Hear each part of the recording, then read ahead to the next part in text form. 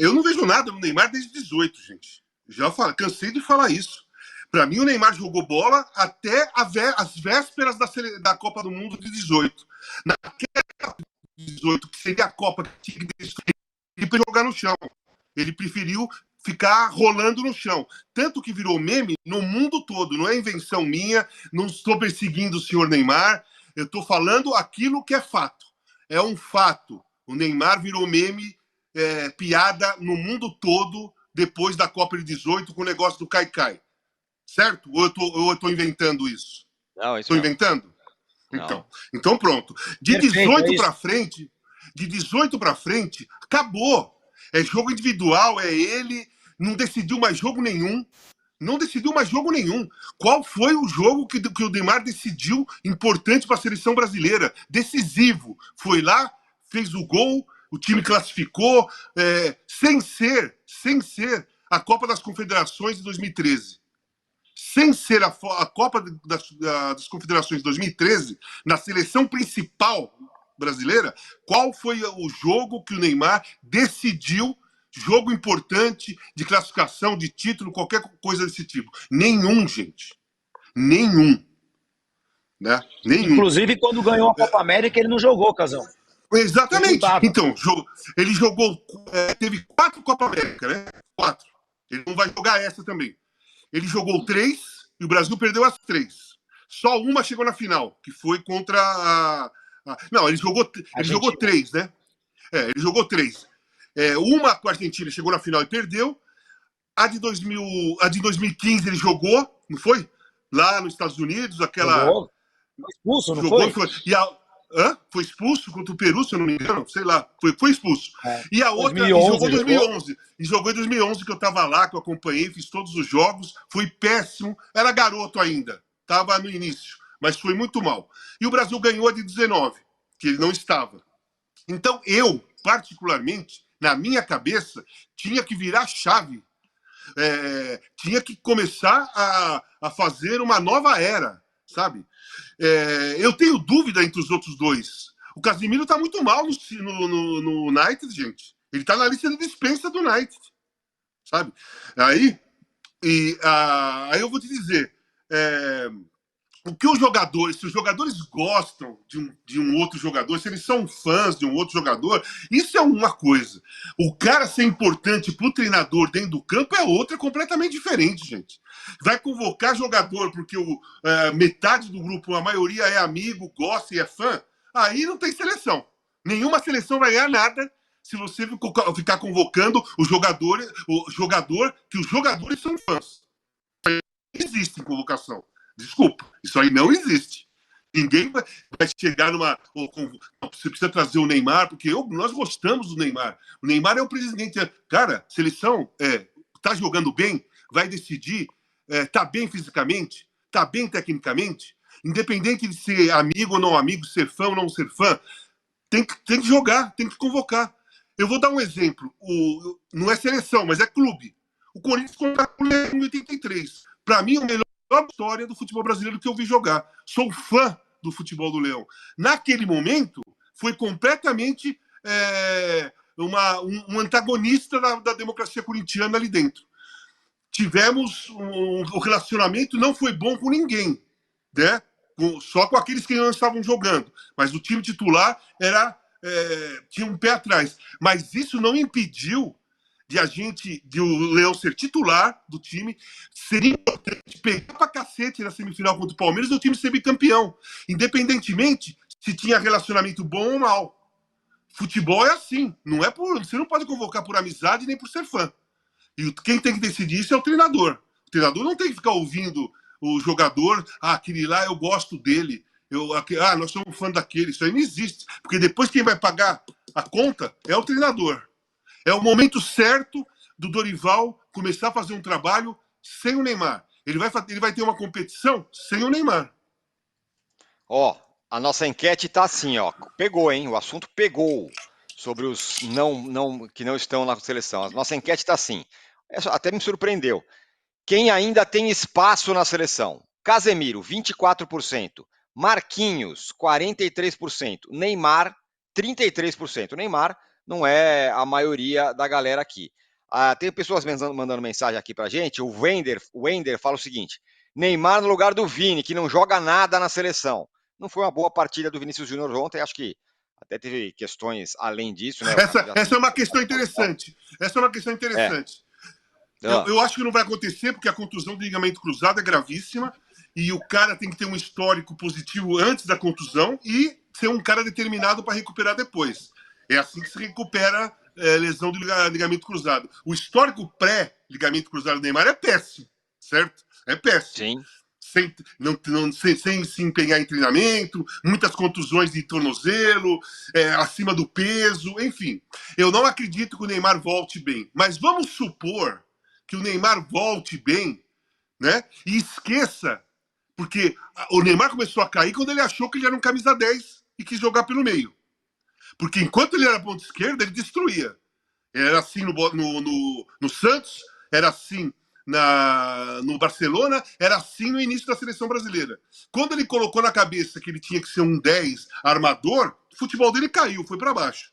Então vamos supor que o Neymar volte bem, que a cabeça dele tenha mudado, que ele esteja comprometido, que ele esteja determinado e esteja bem tecnicamente e fisicamente.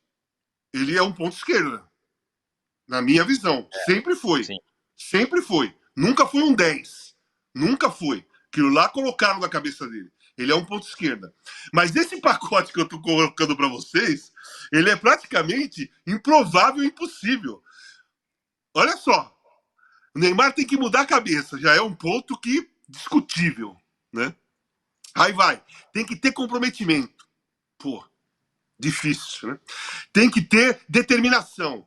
Tem que ter entrega. Tem que ter o futebol coletivo. E ele tem que ter espírito de luta. Pô, não dá para acreditar que isso vai acontecer. Júlio, aqui ó, tem uma mensagem aqui, outra, que é do Diego Soares. A seleção precisa de uma renovação total, chega de medalhões. Acho justo começar essa mudança agora, para que esses meninos ganhem casca. E manda um abraço para todos nós.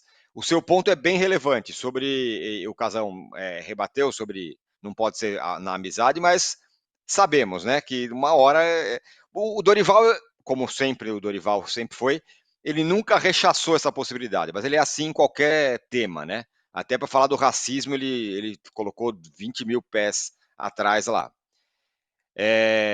Enfim, tem essa questão. Exatamente. Eu concordo muito com o que o Casagrande falou. Bastante. Eu acho até que a data é 17. Eu acho que no momento em que o Neymar troca o Barcelona para o Paris Saint-Germain, ele comete um erro gravíssimo. Um erro muito grave na carreira. Em vez de ser um cara. Aliás, foi muito ruim para a seleção, para ele, para a seleção, que o Neymar não tenha sido convocado para a Copa de 2010. Na época, falava-se um pouquinho sobre isso, mas não muito, né? Falava-se até mais do Ganso do que do Neymar, mas ele teria sido um reserva e ele teria sido um jogador que, digamos, teria tido que subir na hierarquia da seleção brasileira. E ao não ir para a Copa de 2010, e foi aquele desastre que foi, quando assume o Mano, ele reconstrói a seleção com o Neymar como o eixo daquilo tudo, né? Então ele desde o primeiro jogo dele na seleção, ele é o principal jogador, ele é o dono do time. Então isso fez muito mal pro Neymar e para a seleção brasileira, né? Ele nunca foi mais um, ele sempre foi o número um, desde o primeiro jogo, desde a primeira convocação, desde o primeiro momento dele na seleção brasileira, e isso é muito ruim. Eu acho que 2017, quando você deixa de ser um cara importante, de um clube importante, para ser lá o dono do outro e faz o que eu quero, eu jogo de 10, jogo do jeito que eu quiser, que decide quem contrata, quem não contrata, etc.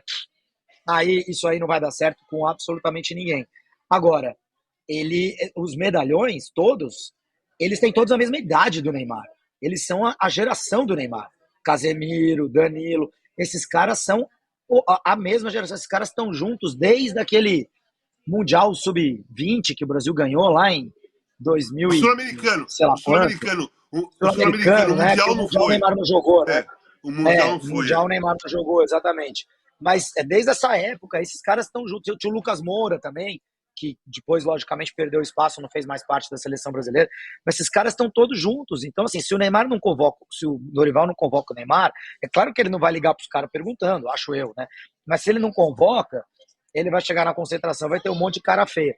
Eu tô totalmente com o Casão. Eu acho que, repito, acho que o Brasil precisava tentar descobrir a vida sem o Neymar. Mas eu, sinceramente, acho que não vai acontecer. E essas lideranças aí, o Dorival não é burro também, né? Você vê um jogo como o do Beraldo ontem. Eu acho o Beraldo um zagueiro extraordinário. Extraordinário. O Beraldo é o futuro da seleção brasileira. Mas ele ainda tá cru. Ele acabou de sair do futebol brasileiro. Ele fez meia dúzia de jogos no futebol europeu. É outro ritmo, outra intensidade. Ontem o Beraldo sofreu demais, né? Sofreu demais. Ele sofreu realmente bastante com o tal do Lamine Yamal, que é um jogador muito especial, que eu confesso que eu nunca tinha visto ao vivo e nunca tinha visto assim o jogo inteiro prestando atenção nele. Realmente jogador muito fora da curva. Então, quer dizer, se você tem como não pôr o Beraldo em todas as fogueiras logo de cara, é melhor. E acho que o Dorival teria feito isso, né? Acho que na cabeça do Dorival, o Beraldo ainda não é o titular da seleção brasileira. Ali pela esquerda vai ser o Gabriel Magalhães. Então, essa coisa de você ter que ir logo para os jovens de cara, acho que não é muito o plano do Dorival, mas acabou acontecendo e talvez tenha que acontecer mais para frente também. É curioso que essa nova seleção, eu não sei se isso estava um pouco adormecido, mas parece ter sido ressuscitado. Não é bom, mas é uma característica, até porque tem jogadores que atuam no Brasil, caso do Beraldo, caso do Fabrício Bruno, e a mensagem aqui do Alexandre Brito é bem indicativa disso. O que vocês do UOL estão fazendo com o Fabrício Bruno é um absurdo. Jogou firme e bem os 2 jogos. Eu também achei, eu não achei que ele não foi mal, eu também achei que foi bem. O Beraldo ontem tomou uma caneta desmoralizante. Qual é o fundo dessa mensagem do Alexandre? Falar que um cara que jogava no São Paulo é um grosso e que o que jogava no Flamengo é bom. E o contrário também. Mas isso é sintomático de jogadores que atuam aqui, que as pessoas preferem ou não. Claro que o Beraldo não foi bem ontem, tomou um drible desmoralizante. Então, Tirone, isso, mesmo sendo crítica, elogia o Fabrício Bruno, critica o Beraldo ou vice-versa, isso é identificação. Quando eu falo de identificação com a seleção brasileira, é isso. O crítico ou o torcedor se preocupar em elogiar ou criticar o jogador que ele conhece, não o jogador que ele não conhece. Perfeito. Isso aí é identificação. E eu acho que está criando uma identificação. Eu acho que talvez, porque tem esses jogadores que atuam aqui. Tem o André do Fluminense, que ontem jogou. Enfim, tem alguns jogadores atuando por aqui. Não sei se essa é a solução para a seleção brasileira. O Hendrick é o centroavante do Palmeiras, pô. O Vinícius Júnior também, que ainda tem... Se você perguntar, se fizesse uma pergunta, quem é o ídolo da seleção brasileira hoje, depois dos 2 jogos? Contando todo mundo. Pô, na minha opinião, a maioria absoluta vai falar Hendrick. Sim.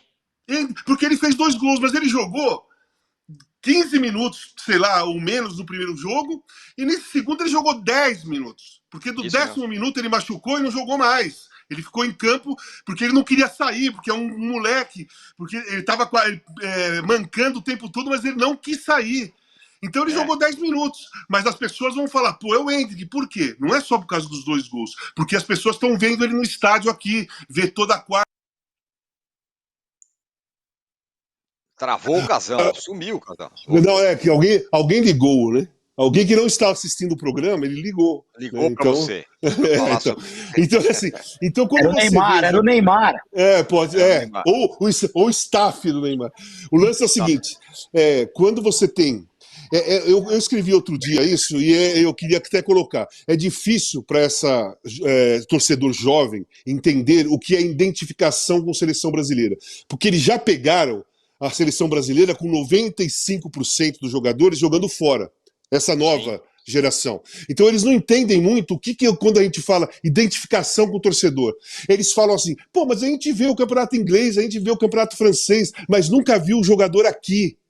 A identificação que eu digo é assim... Isso muda muito. Muda completamente. Agora, nós que somos mais antigos, de outra geração, a gente sabe o que é identificação. na minha geração, principalmente, lá dos anos 70, todo mundo jogava aqui.